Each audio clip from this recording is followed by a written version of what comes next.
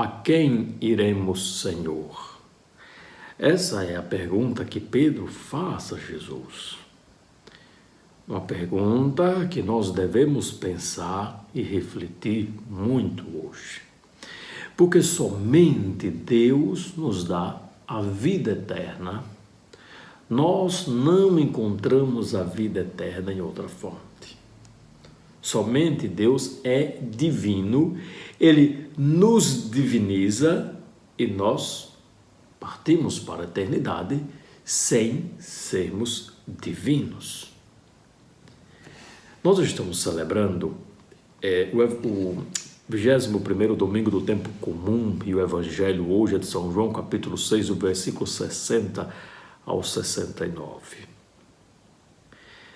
Essa pergunta de Pedro que vamos aprofundar durante essa reflexão, nesses 8 minutos de evangelho, está dentro de um contexto quando os discípulos murmuravam. Murmuravam porque Jesus havia dito uma outra vez: e o pão que eu darei é a minha carne para a vida do mundo. Os discípulos, mas peraí, mas como é que pode?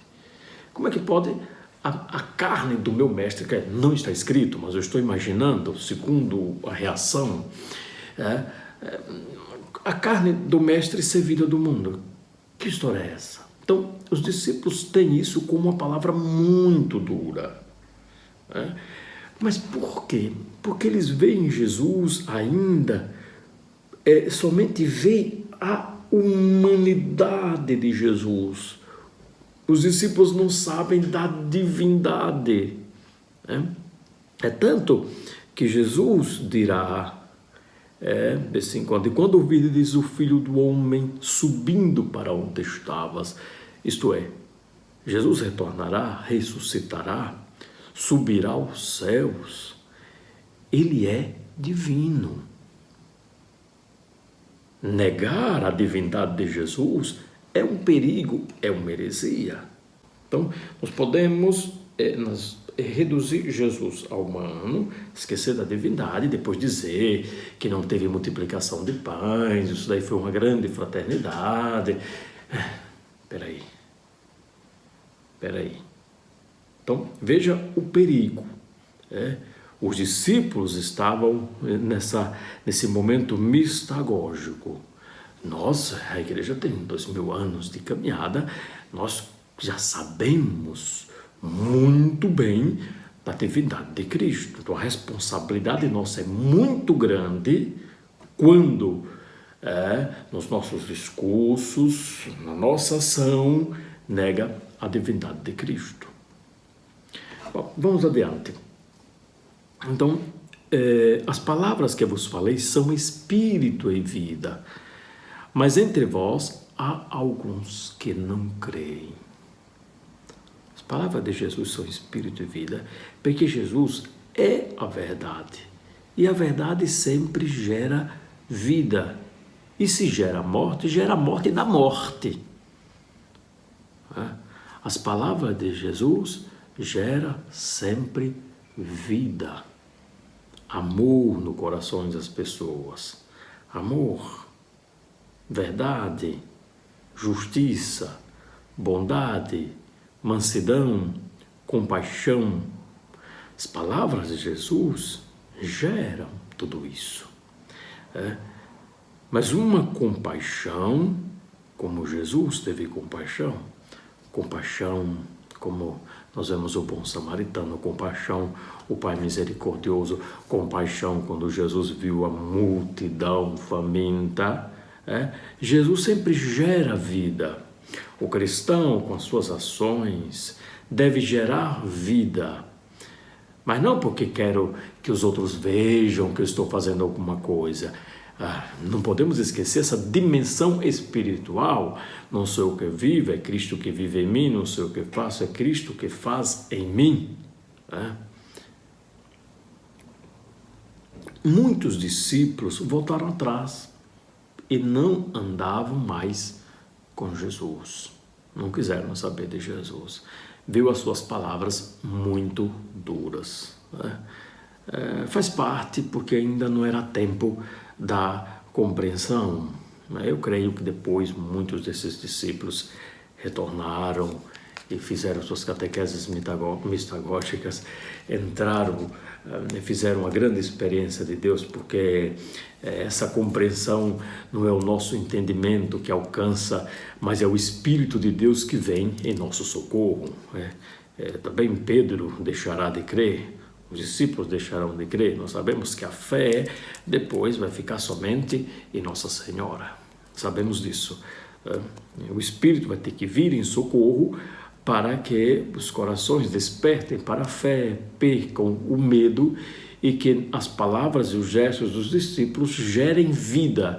Mas geram vida por quê? Porque os discípulos são sacrários vivos do Espírito. Aí vamos adiante.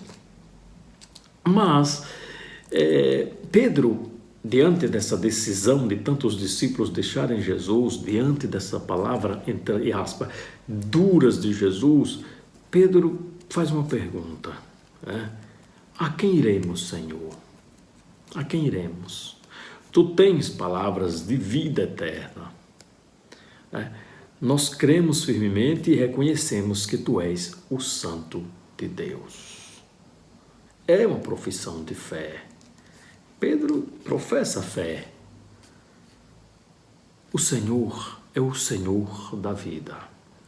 A quem iremos? Todos os dias temos que buscar Deus, mas não posso buscar Deus somente quando estou rezando, quando participo da missa. Eu devo buscar Deus em tudo aquilo que faço, buscar Deus em tudo aquilo que penso e sinto. Isso é a verdadeira espiritualidade. É não causar o divórcio da vida com o seguimento de Cristo. Então, é deixar que o Espírito me transforme. E assim eu possa viver a maturidade. Não sou o que vivo, é Cristo que vive em mim. Mas agora não significa que chegando a esse estágio de maturidade não venham as tentações, as dificuldades. Jesus foi tentado, Jesus foi morto.